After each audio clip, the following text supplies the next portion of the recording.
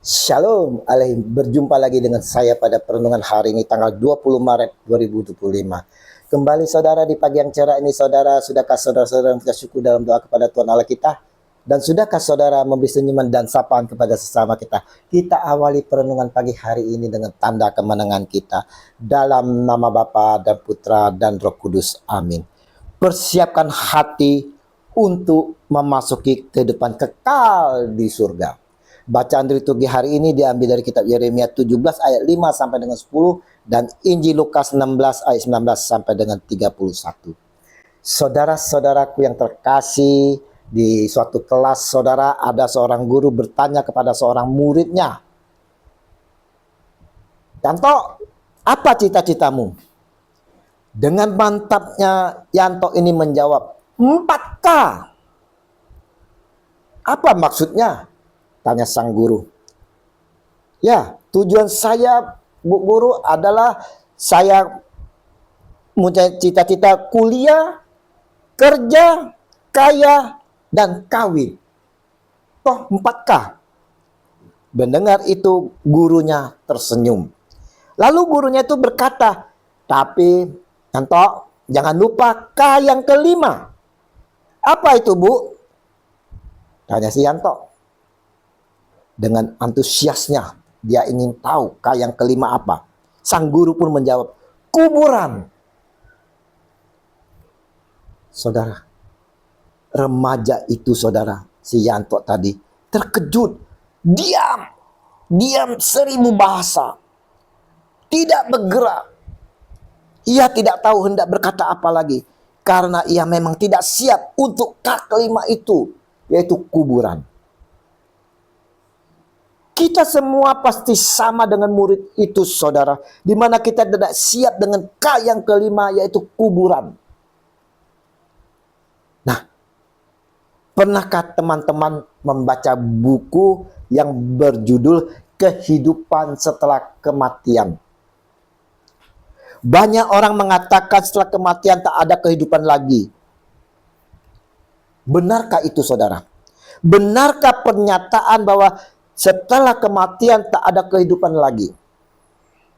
Saya pribadi saudaraku telah membaca buku yang berjudul Kehidupan Setelah Kematian dari berbagai versi agama. Intinya semuanya sama saudara, bahwa setelah kematian itu masih ada kehidupan yang disebut dengan kehidupan kekal. Kehidupan kekal dalam kebahagiaan, yaitu di surga, atau kebahagiaan kekal penderitaan di api neraka. Mana yang akan kita tuju? Kehidupan kita saat inilah yang menentukan di mana kelak kehidupan kita nanti setelah kematian nanti saudara. Ingat itu saudara. Saat inilah di dalam kehidupan kita di dunia ini, inilah yang menentukan di mana kelak kehidupan kita nanti setelah kematian. Kehidupan kekal bahagia di surga atau kehidupan kekal penderitaan di api neraka. Injil yang kita baca dan renungkan hari ini yang mengisahkan orang kaya dan Lazarus saudara, mengajarkan kepada kita semua bahwa persiapan untuk kematian harus dilakukan saat masih hidup di saat ini. Bukannya esok, bukannya nanti saat tua. Kita harus mempersiapkan diri untuk kehidupan setelah mati dengan melakukan kebaikan kepada sesama dan memberitakan Injil. Ingat saudara, setelah kematian kita tidak dapat berbuat kebaikan ataupun mewartakan Injil lagi. Kita semua pasti akan mati. Dan tidak ada seorang pun yang menolak akan kematian ini saudara. Dan masih pertanyaan bagi kita, setelah kematian kita akan menuju kemana? Inilah yang menjadi ketakutan setiap orang. Kita sering tidak menyadari bahwa kita akan mengalami ini. Tapi kita mempersiapkan diri ini apakah dengan sungguh-sungguh, dengan sebaik-baiknya? Ternyata saudara, kita hanya mengejar 4K yang pertama, kuliah, kerja, kaya, dan kawin. Kita lupakah kelima kaya yang terakhir, yaitu kuburan, di mana tempat akhir kita hidup di dunia ini, dan kita akan dimasukkan ke dalam kuburan. Di dalam kuburan itulah proses kehidupan setelah kematian akan kita alami. Dari kisah orang kaya dan Lazarus ini, saudara, mengajarkan bahwa mempersiapkan diri untuk menghadapi kematian adalah pada waktu hidup saat ini, bukan sesudah kematian itu datang. Pada waktu hidup orang kaya itu, saudara, di mana tidak disebutkan namanya di dalam Alkitab, hidupnya mewah dan serba senang, berfoya-foya. Sedangkan Lazarus hidupnya miskin dan menderita, saudara. Tetapi sesudah mati, hal yang sebaliknya terjadi. Lazarus hidup senang di pangkuan Abraham.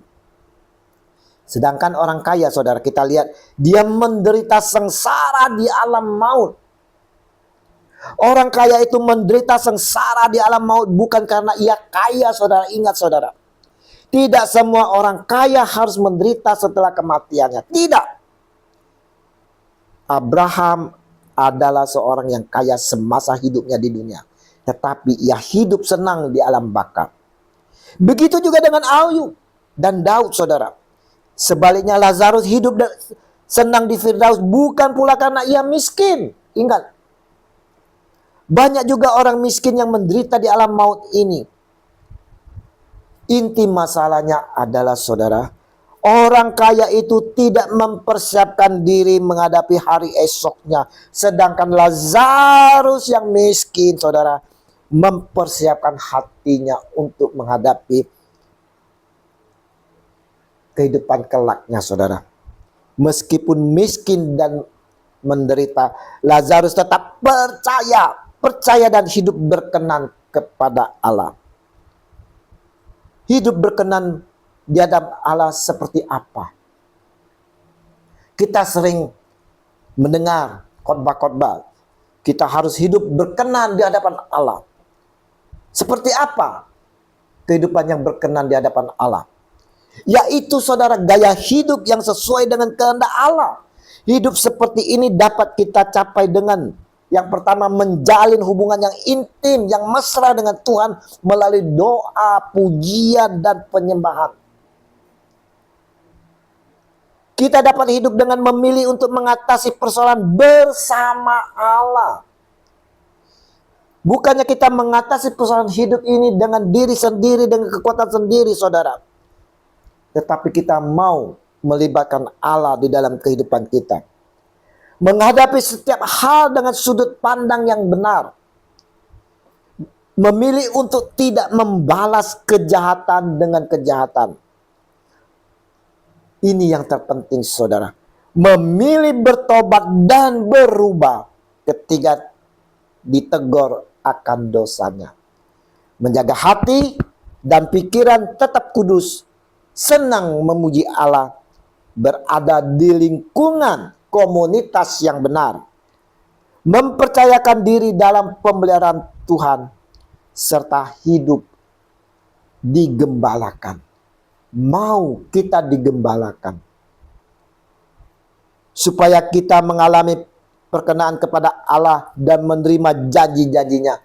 Kuncinya yaitu, saudara, dengan cara menjalin hubungan yang intim dan mesra dengan Tuhan.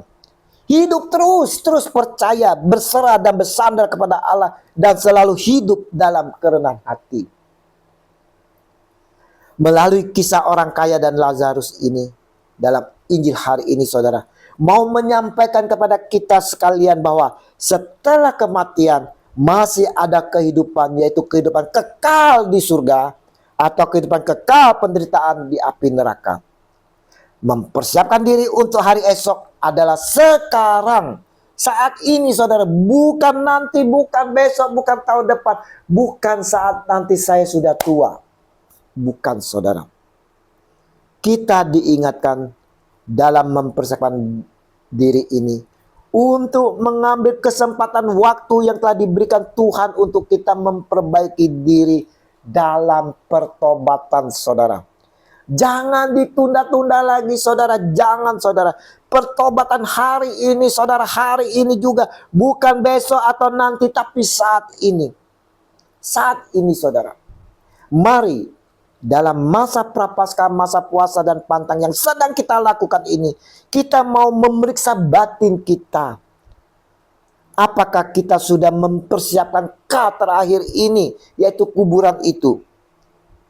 Sudahkah kita siap untuk mati?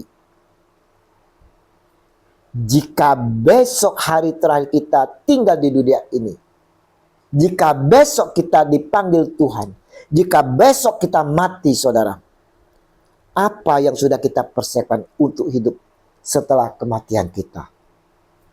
Ingat saudara, waktu terus berjalan.